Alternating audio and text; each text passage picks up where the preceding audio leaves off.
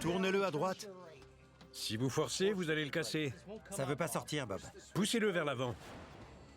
Une petite ampoule empêche l'atterrissage d'un avion de ligne.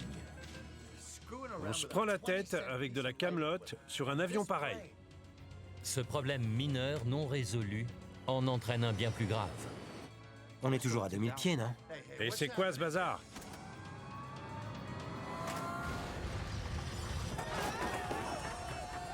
L'avion s'écrase dans un marais reculé. Les survivants font face à un nouveau danger. Le kérosène s'est répandu dans le marais.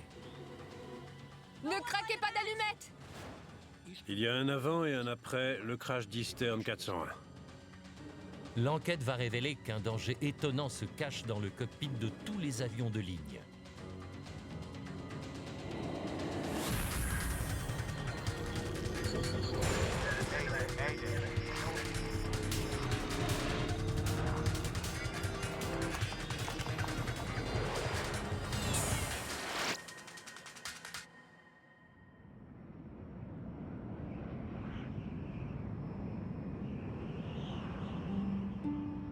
« 29 décembre 1972.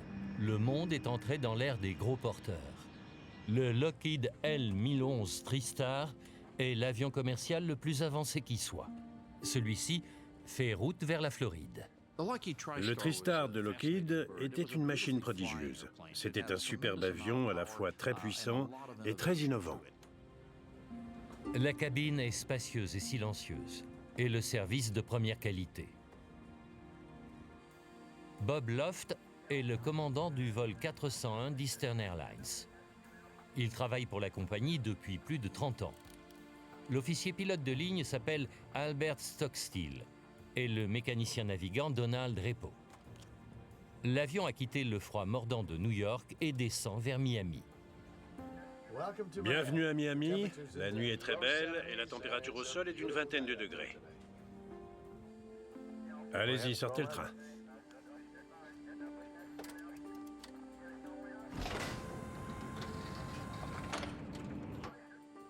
Angelo Donadeo est un expert en maintenance de la compagnie. Ce soir, il n'est pas en service et rentre à Miami. On compte 176 passagers à bord du vol qui vont pour la plupart fêter le Nouvel An dans le Sud. Ron et Lily Infantino se sont mariés il y a 20 jours et ils reviennent d'un Noël passé dans la famille de Ron. La consigne « Attachez vos ceintures » s'est affichée normalement pour la descente. Par le hublot, j'apercevais les lumières de la ville et l'aéroport. Peu avant minuit, l'appareil entame sa descente sur l'aéroport de Miami. Albert Stockstill est aux commandes tandis que Donald Repo déroule la checklist d'atterrissage. Radar. Relevé et éteint. Circuit hydraulique vérifié. 3500, 3300. Train sorti. Le commandant remarque un problème. La poignée est à fond? Pas de train avant. La lumière censée indiquer le verrouillage de la roulette de nez est éteinte. Je vais la remonter. Signe que le train n'est peut-être pas complètement sorti. Bob Loft répète la manœuvre. Le bruit du train d'atterrissage se fait entendre en cabine. C'est un grincement fort et désagréable. Quand on prend souvent l'avion, on a l'habitude. Et ce soir-là, on l'a entendu plusieurs fois. Ça nous a pas inquiétés outre mesure. C'est le genre de choses qui peut arriver. On s'est regardé avec mes collègues, l'air de dire « Bon bah, on n'est pas couché ». Aucune lumière ne s'affiche. Le commandant ne sait pas si son train avant est verrouillé. Si ce n'est pas le cas, l'atterrissage pourrait virer à la catastrophe. La tour, ici Eastern 401. On va devoir se mettre en attente. La lumière de notre train avant ne s'allume pas. Eastern 401, bien sûr. Remontez dans l'axe à 2000 pieds, basculez sur le contrôle d'approche, unité 28 décimales 6. Je teste les lumières. Oui, allez-y. Le mécanicien navigant conduit un test surnommé le sapin de Noël, qui consiste à allumer toutes les lumières du tableau de bord afin de vérifier si des ampoules ont grillé. Celle du train avant reste éteinte. signe que l'ampoule est sans doute morte. Mais il y a une chance, bien que minime, que l'ampoule et le train soient cassés. Bob, vous voulez bien tapoter dessus? Mais le commandant n'arrive pas à l'atteindre. Au sol, l'aiguilleur demande au vol 401 de monter à 600 mètres d'altitude et de s'éloigner de l'aéroport, le temps de régler le problème. Je prends les commandes? Quelle fréquence il nous a donné? 128 décimales 6. Je vais lui parler. C'est celle au-dessus du rouge, non? J'arrive pas à l'atteindre. Non, moi non plus.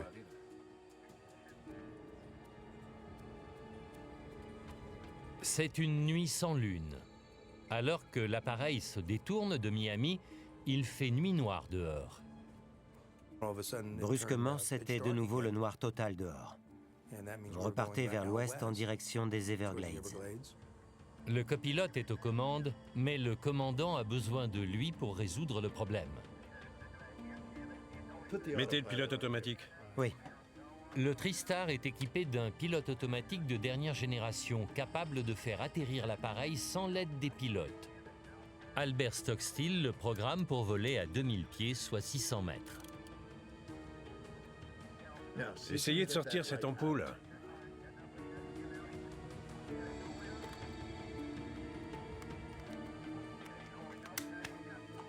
Voilà. L'ampoule est finalement récupérée.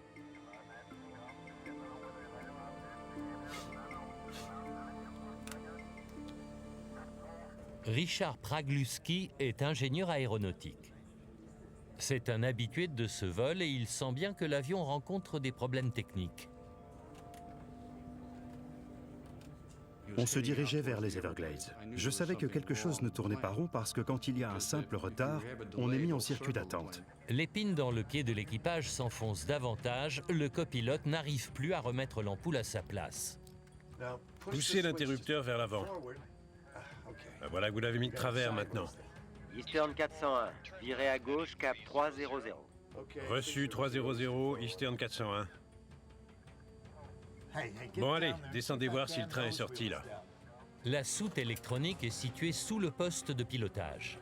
Surnommée le trou de l'enfer, cette pièce n'existe que dans les gros porteurs et elle permet d'observer de près le mécanisme du train d'atterrissage avant. Quelqu'un aurait un mouchoir? J'ai du mal à l'attraper.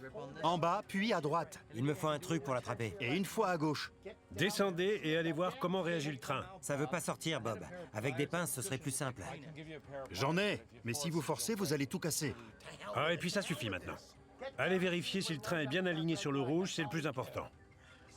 On s'embête avec de la camelote sur un avion de ce prix. Alors que l'équipage a du mal à régler le problème, en cabine, Richard Pragluski aperçoit quelque chose de troublant par le hublot. Au loin, je voyais une tour sur ma droite. Et j'avais l'impression qu'on était en descente. J'ai trouvé ça très bizarre. L'homme a remarqué quelque chose qui a échappé au pilote. L'avion se rapproche de plus en plus du marais.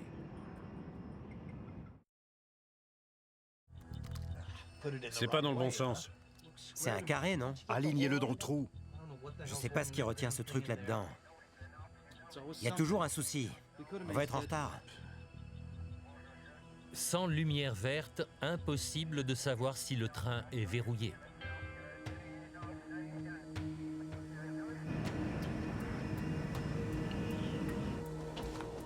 Le mécanicien navigant se trouve dans le ventre de l'avion. Un hublot d'observation situé dans la soute technique devrait lui permettre de vérifier si la roulette de nez est verrouillée. Je vois rien. Je vois rien. Quoi? C'est pas aligné?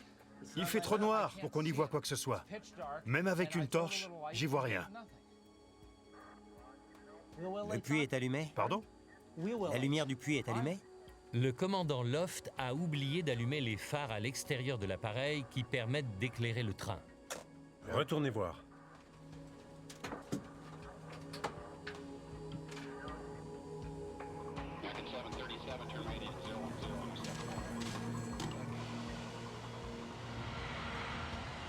À l'aéroport de Miami, le contrôleur Charlie Johnson vient de finir de s'occuper d'une urgence. National 607 a atterri sans encombre. Les pompiers étaient présents, mais ils n'ont pas eu besoin d'intervenir.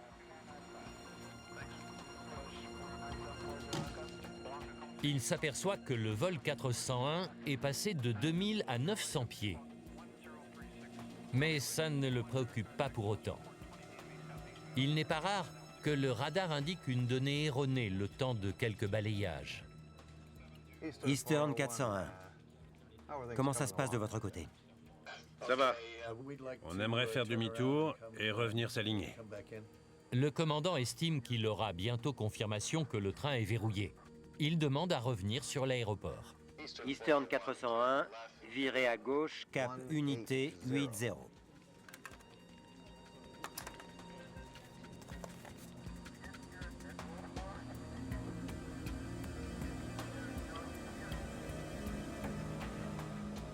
L'avion qui s'éloignait par l'ouest aura besoin de plusieurs minutes pour rebrousser chemin et procéder à l'alignement. Dans les Everglades, Robert Marquis est à la chasse à la grenouille avec un ami. Le vol 401 passe au-dessus de leur tête. J'ai vu les lumières clignoter dans le ciel. La nuit était très noire, on ne voyait pas l'horizon à l'ouest. Impossible de dire à quelle hauteur volait l'avion. Les pilotes remarquent brusquement quelque chose. On a touché à l'altitude? Quoi? On est toujours à 2000 pieds, non? Et c'est quoi ce bazar?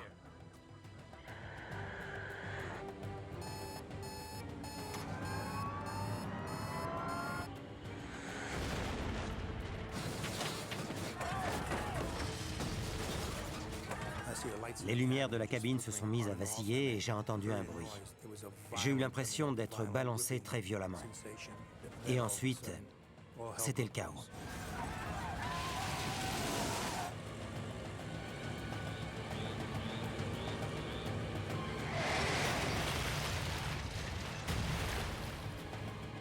Charlie Johnson remarque que le radar donne le vol 401 à une altitude au niveau de la mer. Eastern 401, je ne vous vois plus. Je vous ai perdu sur le radar. Quelle est votre altitude?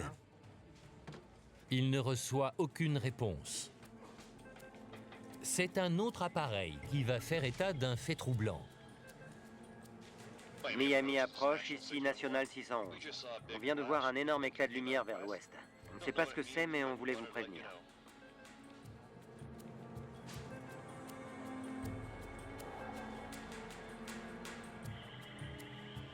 Dans un marais reculé, les survivants du crash nagent en plein cauchemar.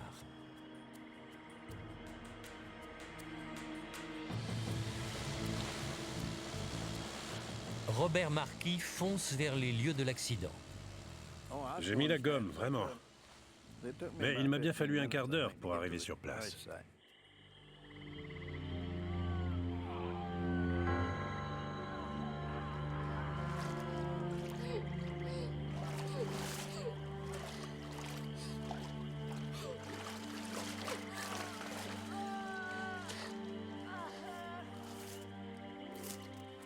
Chose incroyable, Richard Pragluski est vivant.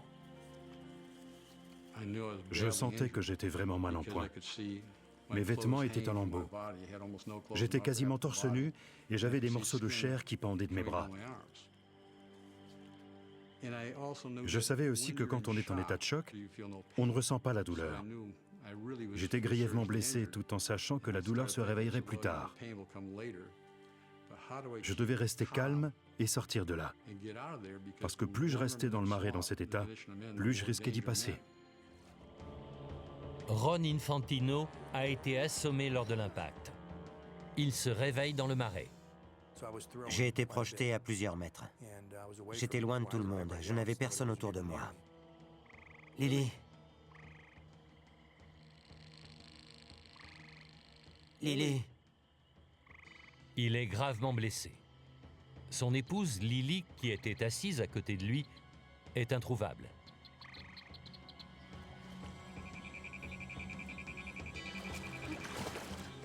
L'eau des marais a éteint les premières flammes.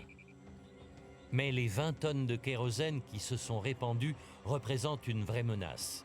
À la moindre étincelle, c'est un énorme brasier qui s'enflamme. Ne craquez pas d'allumettes! Il y a du kérosène partout! Ça aurait été vraiment triste de survivre à l'accident et que quelqu'un craque bêtement une allumette et nous fasse exploser. C'est ce que je craignais le plus. Robert Marquis saute dans le marais dans l'espoir de secourir les survivants. Il sent la morsure du kérosène sur sa peau. Ça m'a brûlé les jambes. J'ai dû soigner des brûlures pendant une semaine. Vous inquiétez pas, je vais vous aider. Il aide des dizaines de personnes, leur évitant la noyade.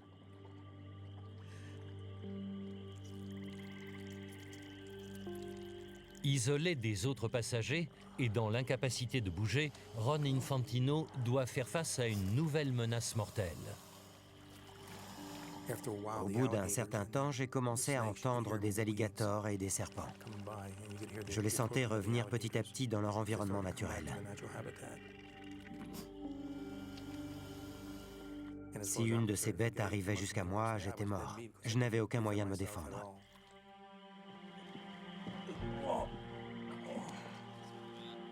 En quelques minutes, les hélicoptères des gardes-côtes sont mobilisés. Mais la nuit est tellement noire qu'ils ne localisent pas l'épave. Robert Marquis tente de signaler sa présence. Je les voyais et je voyais bien qu'ils allaient dans le mauvais sens. J'ai agité ma lampe en l'air jusqu'à ce qu'ils fassent demi-tour et viennent vers nous.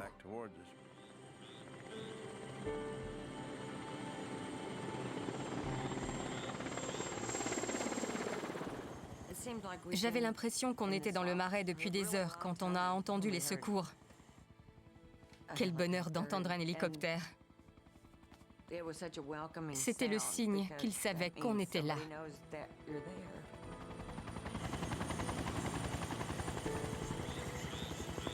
Les gardes-côtes arrivent sur place moins d'une demi-heure après le crash. Mais l'emplacement le plus proche pour se poser est à une centaine de mètres de là. Robert Marquis fonce à la rencontre de l'hélicoptère et escorte les secouristes sur les lieux. Le premier d'entre eux s'appelle Don Schneck. Je suis monté sur l'hydroglisseur et il m'a demandé où étaient les autres. Et je lui ai dit, je suis le seul, allons-y.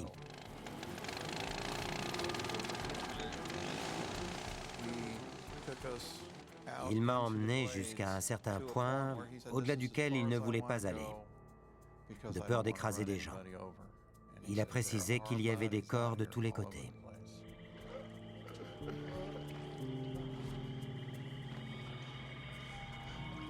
Don Schneck se met en quête des rescapés. Je me suis approché d'un gros objet que j'avais aperçu de loin. Et je me suis rendu compte que c'était le nez de l'avion. Il découvre que le commandant Loft est vivant.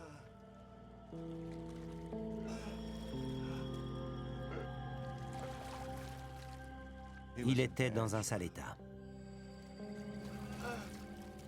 Il avait le corps lacéré et les côtes brisées. On voyait qu'il était en état de choc. J'ai essayé de le calmer du mieux que j'ai pu. Tenez bon, les autres secouristes sont en route. Accrochez-vous. Je vais mourir. Quand il m'a dit ça, j'ai répondu « mais non ». Et je lui ai parlé pour le maintenir conscient le plus longtemps possible. Mais je me sentais tellement démuni, j'étais tout seul. Je me suis tourné en direction de Miami et je me suis dit « qu'est-ce que vous attendez ?» Et puis j'ai vu une cinquantaine de lumières. J'ai lâché « Dieu merci ». L'officier pilote de ligne, Albert Stockstill, a été tué dans l'accident. Le commandant Loft est mort peu après, sur les lieux du drame. Angelo Donadeo et Donald Repo ont survécu et ils sont conduits à l'hôpital. En tout et pour tout, l'accident fait 99 morts et on dénombre 77 survivants.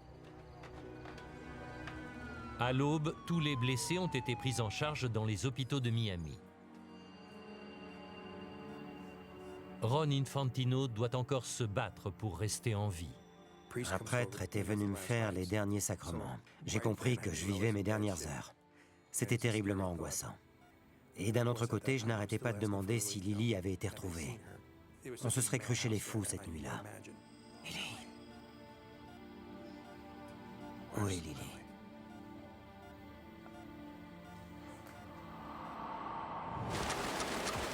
L'accident fait la une des journaux du monde entier. C'est le premier accident impliquant un gros porteur et le bilan le plus lourd dans l'histoire de l'aviation civile américaine. Les enquêteurs du Conseil national sur la sécurité des transports doivent faire face à une pression énorme. C'était une énigme gigantesque, parce que c'était un appareil ultra sophistiqué, ultra moderne, et a priori en parfait état. Le NTSB a estimé que l'enquête serait longue et multifactorielle. Le lieu de l'accident est en soi un premier indice. La traînée de débris est excessivement longue, suggérant que l'avion est venu heurter le marais avec le nez relevé, comme lors d'un atterrissage sur la piste d'un aéroport. Sa descente était donc lente et graduelle. Le NTSB a répertorié la dernière position de plusieurs instruments de bord, notamment le pilote automatique qui était réglé sur un maintien d'altitude de 2000 pieds. Alors pourquoi n'a-t-il pas joué son rôle? L'expert en maintenance Angelo Donadeo est interrogé. Tout ce qu'il peut dire, c'est que les pilotes réparaient une ampoule avant l'accident. Les enquêteurs placent alors tous leurs espoirs dans les 2 enregistreurs qui sont récupérés au bout de quelques jours. Avant que les données aient pu être extraites, Donald Repo, le mécanicien navigant, succombe à ses blessures. Ron Infantino, lui, apprend une terrible nouvelle. Le corps de sa femme Lily a été retrouvé sous une des ailes de l'avion. C'était une jeune femme merveilleuse. On avait tous les deux 27 ans à l'époque. C'était mon premier amour. Le fait d'avoir changé de siège avec sa femme le hante encore.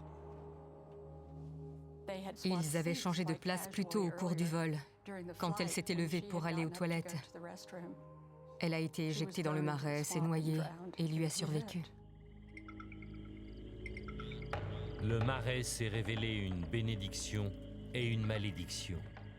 Il a sauvé la plupart des rescapés, parce que la boue a absorbé l'énergie cinétique lorsque l'avion est venu le percuter et qu'il s'est disloqué.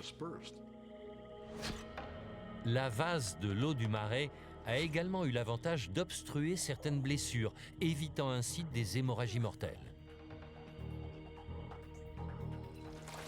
Le revers de la médaille, c'est que les plaies ouvertes de certains rescapés se sont infectées et ont été contaminées par un organisme mortel qu'on trouve dans les boues noires des Everglades.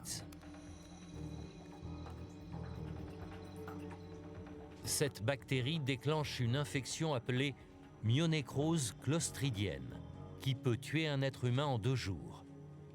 Seul un séjour dans un caisson hyperbare peut venir à bout de cette gangrène gazeuse. Le malade va être exposé à un très haut niveau d'oxygène dans un espace clos pressurisé. L'oxygène, qu'on va faire pénétrer dans la plaie, va tuer le pathogène. 8 survivants sont atteints de gangrène gazeuse. Il faut trouver un caisson hyperbare pour chacun d'entre eux. Sinon, seule l'amputation du membre infecté pourra les sauver. Pour Ron Infantino, c'est son bras qui est touché. On m'avait diagnostiqué une gangrène gazeuse. La solution, c'était soit l'amputation, soit le caisson hyperbare. Sauf que malheureusement, le seul caisson disponible était à l'hôpital Mercy et qu'il était déjà utilisé. Si le médecin ne peut pas lui trouver un autre caisson, l'homme va perdre son bras. Pendant que les médecins tentent de sauver le bras de Ron Infantino, les enquêteurs examinent les restes de l'avion et testent les différentes commandes, les moteurs, les instruments et les systèmes électriques et hydrauliques. L'avion sortait quasiment de l'usine. Il était en parfait état. Ils n'ont décelé aucune raison mécanique qui puisse expliquer l'accident. Certaines pièces sont même tellement bien conservées que le NTSB les restitue à Eastern Airlines pour qu'elles équipent d'autres appareils de la flotte.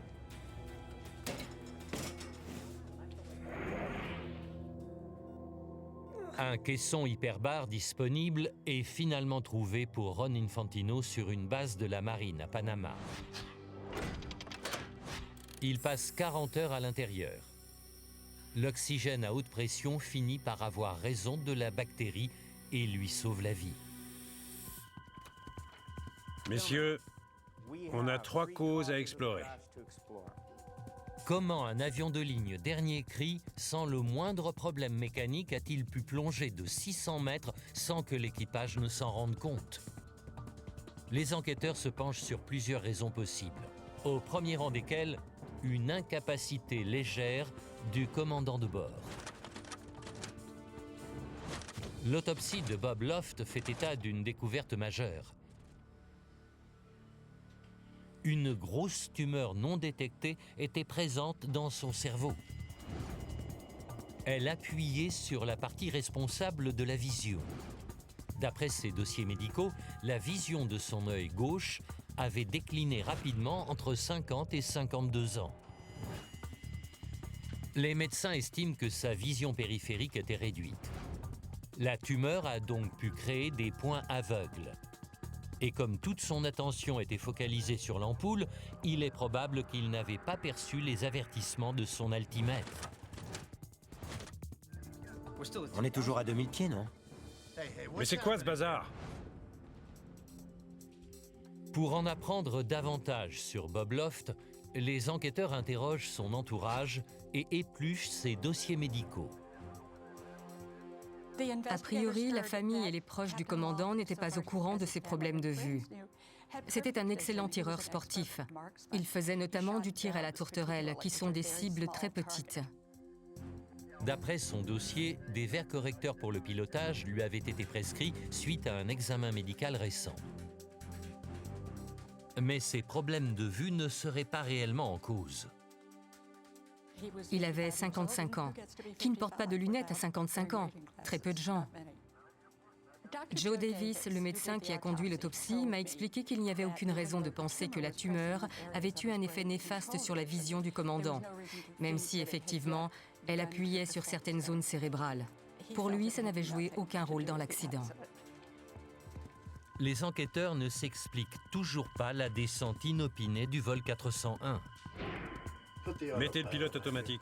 Oui. Le pilote automatique, censé maintenir l'aéronef à 2000 pieds, a-t-il connu un raté? L'ordinateur de bord ayant pu être récupéré, les enquêteurs le passent au peigne fin. 11 jours après l'accident, il est réinstallé sur un TriStar qui va emprunter le même itinéraire que le vol 401. Le pilote automatique joue parfaitement son rôle et maintient l'appareil à la bonne altitude. Que s'est-il donc passé le soir de l'accident? Pour le savoir, les enquêteurs vont devoir explorer d'autres pistes. Une autre question taraude le NTSB. Pourquoi les contrôleurs de Miami n'ont-ils pas prévenu l'équipage que l'avion descendait, alors même que le premier radar tridimensionnel au monde avait été récemment installé dans la tour? Grâce à cet outil, Charlie Johnson connaissait la localisation, l'altitude et la vitesse du vol 401.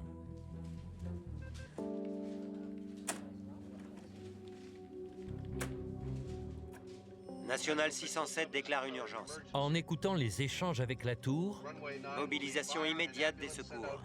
les enquêteurs découvrent que la nuit du drame, l'aiguilleur était accaparé par un autre vol. Le vol 607 de National Airlines a atterri avant le vol 401. Mais lui aussi a rencontré des problèmes de train d'atterrissage. Mobilisation immédiate de tous les secours piste 9. Concentré sur l'urgence du vol 607, Charlie Johnson a transféré le contrôle du vol 401 à un collègue. Mais alors que le vol 607 effectue son atterrissage d'urgence, le collègue lui retransfère la gestion du Lockheed. Je te redonne Eastern 401. Il a un problème de train avant. Oh non. À ce moment-là, le Tristar survolait déjà le marais. L'aiguilleur avait 5 autres appareils à surveiller, en plus du suivi de l'atterrissage d'urgence du vol 607. National 607 a atterri sans encombre. C'est là qu'il remarque que le vol 401 n'est plus qu'à 900 pieds d'altitude. À l'époque, le mode C des radars avait certains défauts. Il pouvait arriver qu'on perde l'altitude d'un appareil pendant 2 ou 3 minutes. On se retrouvait avec des chiffres aberrants et d'un coup, tout revenait à la normale. Mais dans ce cas précis, le contrôleur a eu le mérite de réagir. Et c'est tout à son honneur.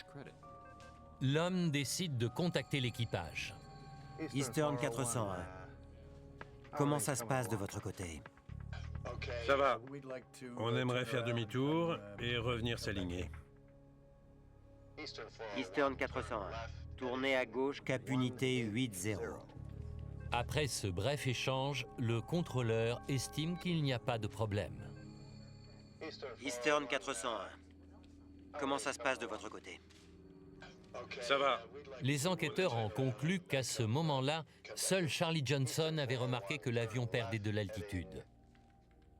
Alors pourquoi n'a-t-il pas transmis cette information à l'équipage? La réponse est à chercher du côté de l'autorité de régulation du trafic aérien. Cela ne relevait pas des attributions d'un contrôleur. À cette époque, la FAA demandait aux contrôleurs d'approche de maintenir une distance de sécurité entre les différents aéronefs. Mais ils n'étaient pas tenus de veiller à garder une altitude de sécurité avec le sol. Les enquêteurs se penchent alors sur le système d'alerte embarqué qui n'a pas prévenu les pilotes du danger. A-t-il connu un dysfonctionnement? Le L-1011 est équipé d'une alarme qui se déclenche quand l'avion passe 250 pieds au-dessous ou au-dessus de l'altitude sélectionnée par les pilotes. Or, sur la bande de l'enregistreur phonique, l'alarme est clairement audible lorsque l'avion passe à 1750 pieds. T'as entendu? C'est immanquable. La transcription des conversations est épluchée afin d'expliquer ce qui a pu se passer. C'est pas dans le bon sens. C'est un carré, non? En fait, avant que l'alarme ne retentisse pour prévenir l'équipage que l'avion était trop bas, les deux pilotes bataillaient avec l'ampoule du train d'atterrissage. Et à ce moment-là, le mécanicien navigant était dans la soute électronique. Or, l'alarme s'est fait entendre à son poste. Les deux pilotes ne l'ont donc pas entendu parce qu'ils étaient bien trop concentrés sur la résolution du problème de l'ampoule. L'alarme, qu'on entend distinctement dans l'enregistrement, n'a fait percuter aucun des 3 hommes présents dans le cockpit. Non pas parce qu'ils n'y faisaient pas attention, mais parce qu'ils étaient totalement absorbés par autre chose. C'est typiquement humain. La distraction des pilotes serait donc une cause probable du drame. Plusieurs instruments indiquaient que l'altitude baissait. La question qui se pose, c'est pourquoi les pilotes sont restés si absorbés au point de ne plus regarder leurs instruments. Il fallait se pencher sur le facteur humain et les interactions des hommes présents. Pourquoi personne ne surveillait l'avion qui commençait à descendre? En 1972, on remettait rarement en cause un pilote. En interrogeant différents pilotes, les enquêteurs font une découverte étonnante. De leurs propres aveux, les équipages ont une confiance quasi aveugle dans les systèmes automatisés, au point d'en être beaucoup trop dépendants. Mettez le pilote automatique. Oui. Pour le NTSB, l'équipage s'est sans doute trop reposé sur le pilote automatique, au point de ne plus garder un œil sur leurs instruments. Essayez de sortir cette ampoule. À partir du moment où le pilote automatique a été enclenché, plus personne ne s'est occupé de piloter l'avion. On doit encore déterminer pourquoi l'avion est descendu. Les enquêteurs sont toujours face à une inconnue cruciale. Si le pilote automatique était fonctionnel, pourquoi l'avion s'est-il abîmé dans un marais? On a touché à l'altitude? Quoi? Les conversations des pilotes montrent qu'ils n'ont pas d'eux-mêmes amorcé cette descente. On est toujours à 2000 pieds, non? C'est quoi ce bazar? Alors pourquoi?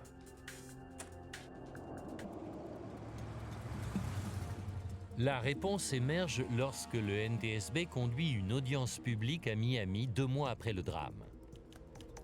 Avant l'audience, Daniel Gellert, un pilote d'Eastern Airlines, écrit au directeur du NTSB et propose de venir témoigner.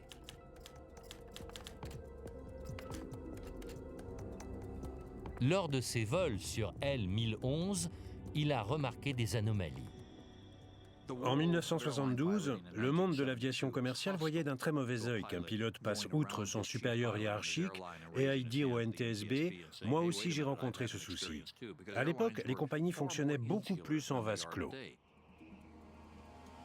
Daniel Gellert raconte qu'au cours d'un de ses vols, il avait fait tomber une carte par terre dans le cockpit. En se baissant pour la ramasser, il a donné un coup dans le manche et il a remarqué immédiatement que son geste avait eu une incidence sur le pilote automatique. Le système contrôlant l'altitude s'était déconnecté. L'enquête révèle que ce n'était pas un cas isolé.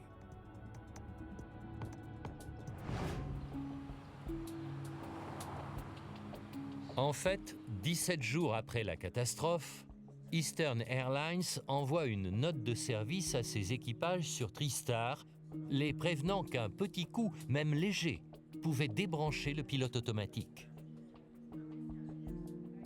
Tous les avions de ligne moderne étaient équipés d'un interrupteur. Mais si un pilote doit reprendre manuellement les commandes, on veut éviter qu'il perde son temps à débrancher le pilote automatique sur la console. Il suffit de saisir le manche pour le faire. D'après les données de l'enregistreur de paramètres, l'avion a commencé à perdre de l'altitude précisément à 23h37 minutes et 8 secondes. Les transcriptions de l'enregistreur phonique permettent aux enquêteurs de savoir ce qui se passait à l'instant T dans le poste de pilotage. Bon allez, descendez voir si ce train est verrouillé. En se retournant pour s'adresser au mécanicien navigant, le commandant Loft a sans doute tapé dans le manche. La petite pression aura suffi pour que la partie du pilote automatique en charge de l'altitude se déconnecte. Une descente graduelle s'est alors enclenchée sans que personne ne s'en rende compte. Et comme la nuit était noire, l'équipage n'avait aucun repère visuel pour sentir la descente. Il a été déterminé qu'un simple petit coup sur le manche pouvait déconnecter le pilote automatique. C'était pas dans leur formation avant le crash? Un responsable de formation chez Eastern Airlines révèle qu'avant la catastrophe du vol 401, les pilotes ignoraient qu'un coup dans le manche pouvait débrancher le pilote automatique. Le NTSB en arrive à une conclusion glaçante. L'accident est imputable à une erreur humaine. L'équipage était distrait, il a mal utilisé les systèmes automatiques sophistiqués de l'appareil et il n'a pas été bien formé. Il y a un avant et un après le crash du vol 401. Et ce n'est que 10 ou 15 ans plus tard qu'on a mesuré les enseignements tirés de ce drame. Notre façon de gérer les choses dans un poste de pilotage était non seulement mauvaise, mais elles étaient surtout très dangereuses. Les enquêteurs font une autre trouvaille démoralisante. L'examen de l'indicateur lumineux du train avant montre que l'ampoule était simplement grillée. Allez-y, sortez le train. Le train avant était bel et bien verrouillé. le vol 401 aurait pu atterrir. Le seul élément à avoir dysfonctionné ce soir-là, une vulgaire petite ampoule. Les leçons tirées de cette catastrophe mettront des années à prendre effet. Elles auront un impact sur la formation des pilotes et la façon de mener une enquête sur les accidents aériens. Mais l'histoire du vol 401 ne s'arrête pas là.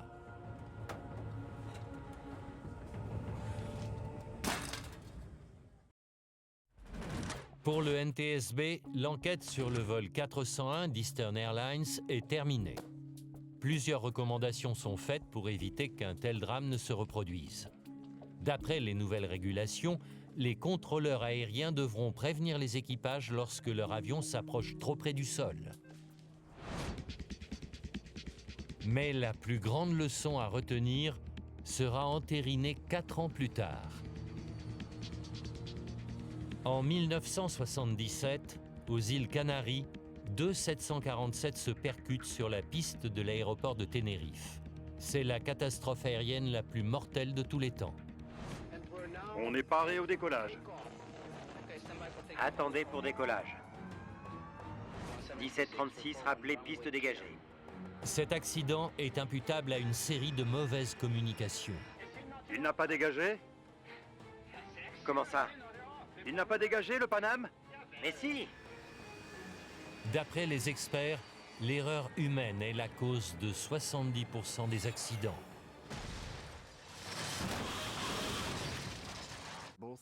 Que ce soit dans la catastrophe de Tenerife ou l'accident des Everglades, les équipages voulaient bien faire leur travail. Mais ils ont oublié qu'ils étaient humains et que les choses peuvent virer au drame si on ne garde pas à l'esprit que l'humain est faillible. À la fin des années 70, la NASA s'est mise à explorer une nouvelle science comportementale conçue pour réduire les erreurs humaines. Pilote, restez à l'affût. Votre comportement va être étudié. Son nom, la gestion des ressources des équipages, ou CRM. L'idée, c'est qu'il n'y a pas un chef que tous les autres doivent suivre aveuglément. Le commandant est certes le supérieur hiérarchique, mais il doit écouter et interagir avec les autres, qui ont voix au chapitre et qui doivent être libres de s'exprimer. Des décennies plus tard, l'exemple du vol 401 est enseigné autour du monde comme cas d'école.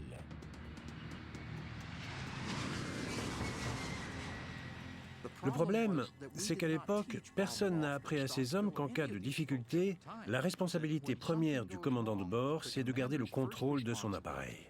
Soit c'est lui qui s'en charge, soit il demande à son copilote. On est à 2000 pieds. Vous voulez que je prenne les commandes? Quelle fréquence il nous a donné? 128 décimal 6. Je vais lui parler. Au cours du vol 401, le commandant Loft n'a pas dit qui devait s'occuper de quoi, et les 3 hommes travaillaient à démêler le même problème. Vous pouvez tapoter dessus, Bob. Il faut le ressortir et le re-rentrer. Le copilote pilotait et le commandant donnait des ordres. Les signaux étaient déjà brouillés. Au-dessus du rouge, non? Je n'arrive pas à l'atteindre. Le commandant n'arrivait pas à atteindre un cadran, contrairement au copilote, sauf que ce dernier était en train de piloter. Tout est en place pour que la situation se dégrade et personne ne leur avait appris quoi faire. De nos jours, la gestion des ressources des équipages permet à chacun de ne pas se laisser intimider par l'humeur d'un collègue. Quelqu'un aurait un mouchoir? J'arrive pas à l'attraper. Ou n'importe quoi d'autre. Descendez voir ce train. Ça veut pas sortir.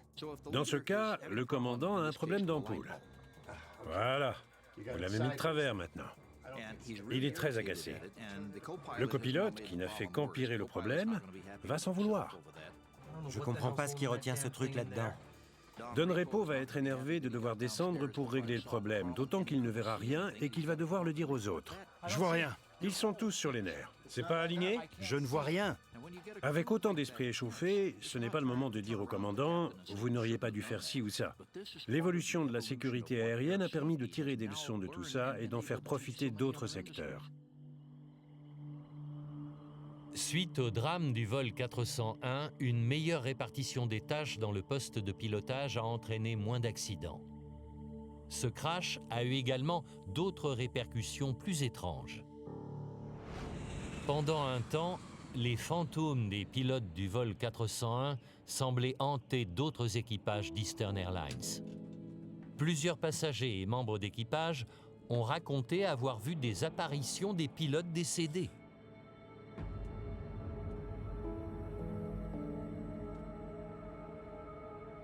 Souvent, elles avaient lieu à bord d'appareils qui avaient été équipés de morceaux du vol 401. Ces histoires de fantômes se sont vite répandues. Un livre sur le sujet suggère que ces apparitions étaient là pour protéger les gens d'aventures malencontreuses. Face à ces élucubrations, la compagnie aérienne a fait un démenti public. Mais en interne, c'était un peu la panique à bord. Les témoignages étaient tellement nombreux qu'Eastern Airlines a fini par retirer de tous ses appareils les pièces rapportées du vol 401. Aucun des rescapés n'oubliera l'horreur qu'il a vécue dans sa chair cette nuit-là.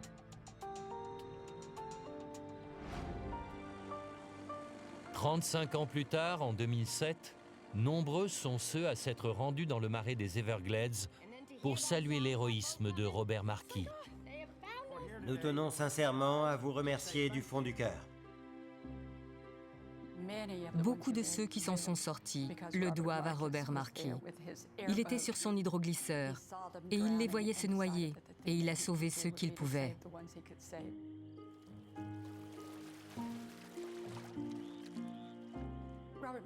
On aimerait tous agir comme il l'a fait dans de telles circonstances. Il a fait preuve d'un immense courage. C'est l'un des véritables héros de cette tragédie.